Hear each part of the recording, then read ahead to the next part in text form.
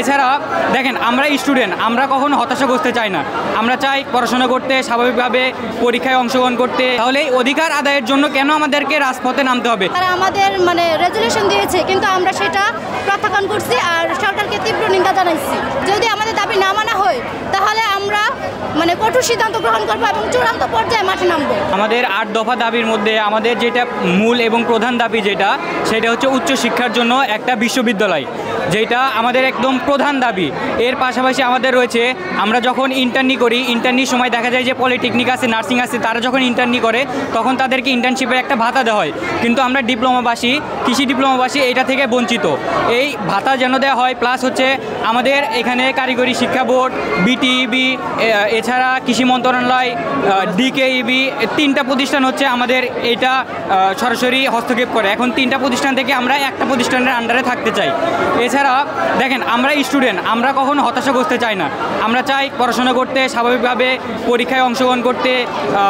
কিন্তু আমরা যে দাবিগুলো নিয়ে আজকে মাঠে নামছি, এটা আসলে আমাদের কেউ বলে না যে এটা আমাদের দাবি, সবাই বলে এটা আমাদের অধিকার। এখন যদি আমাদের অধিকারই হয়, তাহলে এই অধিকার আদায়ের জন্য কেন আমাদেরকে রাজপথে নামতে হবে? কেন আমাদেরকে আজকে মানিকগঞ্জ থেকে ঢাকায় আসতে হবে? কেন আজকে রংপুর থেকে আমাদেরকে ঢাকায় আসতে হবে? আমরা চাই যে আমাদের যেটা প্রাপ্য অধিকার, ন্যায্য অধিকার, সেটা আমাদেরকে দেওয়া হোক। আমরা যেন কোনো বৈষম্যের শিকার না হই, এটা যেন নিশ্চিত করা হয়। লেভেলে আছে তারা, কৃষি মন্ত্রণালয় যারা আছে তাদের সাথে কথা বলতেছে, তারা আমাদের রেজুলেশন দিয়েছে, কিন্তু আমরা সেটা প্রত্যাখ্যান করছি আর সরকারকে তীব্র নিন্দা জানাইছি। আমরা রেজুলেশন চাই না, আমরা প্রজ্ঞাপন চাই। আমাদের দাবিগুলো যেহেতু যৌক্তিক দাবি, আমরা এগুলো সরকারের কাছে পেশ করছি। যদি আমাদের দাবি না মানা হয় তাহলে আমরা কঠোর সিদ্ধান্ত গ্রহণ করবো এবং চূড়ান্ত পর্যায়ে মাঠে নামবো। প্রকৌশল, চিকিৎসা এবং কৃষি, এই যে ডিপার্টমেন্টগুলো আছে তারা 4 বছর মেয়াদি কোর্স করে থাকে এসএসসি কমপ্লিট করার পর। আর প্রকৌশল, চিকিৎসা তাদের ক্ষেত্রে কিন্তু সরকার পাবলিক বিশ্ববিদ্যালয় রয়েছে যেখানে তারা পিএইচডি কমপ্লিট করে। কৃষির ক্ষেত্রে এরকম কোনো পাবলিক বিশ্ববিদ্যালয় নাই যেখানে আমরা পিএইচডি করার সুযোগ পাই।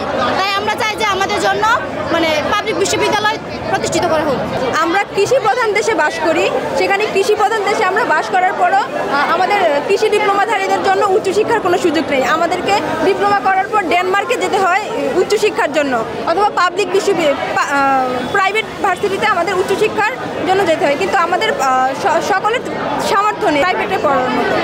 তাই এদিক থেকে আমরা চাই আমরা যেন কৃষি ডিপ্লোমা শিক্ষার্থীরা যেন পাবলিক বিশ্ববিদ্যালয়ে সুযোগ পায়। 10ম গ্রেডের চাকরিটা, পোশাকে কৃষি কর্মকর্তা 10ম গ্রেডের চাকরিটা সরকারি প্রেক্ষাপটে হচ্ছে কি 2য় গ্রেডের কর্মচারী হিসাবে প্রজ্ঞাপন দিতে হবে। এবং আমাদের অন্যতম একটা দাবি হচ্ছে কৃষি সম্প্রসারণ অধিদপ্তর থেকে বের করে আমাদেরকে কৃষি মন্ত্রণালয়ের নিজস্ব একটা আন্ডারে একটা প্রতিষ্ঠান তৈরি করতে হবে। পোশাকে কৃষি কর্মকর্তাদের 6 মাসের ফাউন্ডেশন ট্রেনিং দিতে হবে।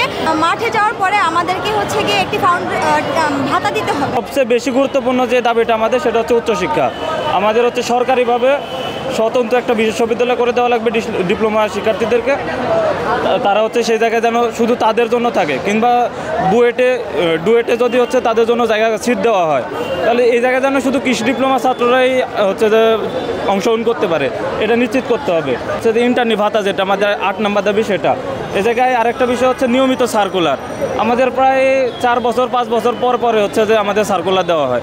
আসলেও এত গ্যাপ হয়ে গেলে একটা শিক্ষার্থী এটিআই শেষ করার পরে কয়টা সার্কুলার পেতে পারে? সে সর্বোচ্চ 2টা পাবে। কিন্তু যদি নিয়মিত সার্কুলার হয়, সে আরও সুযোগ বেশি পাবে। এখানে 3টা 4টা যদি সার্কুলার দেওয়া হয়, তাহলে তার চাকরির ইয়েটাও বেশি হবে। এখন পর্যন্ত তারা শুধু বলতেছে, আশ্বাস দিচ্ছে এইটুকুই। এবং আজকে আমাদের প্রতিনিধিরা গেছে, 20 জন প্রতিনিধি গেছে 18 এটিআইয়ে।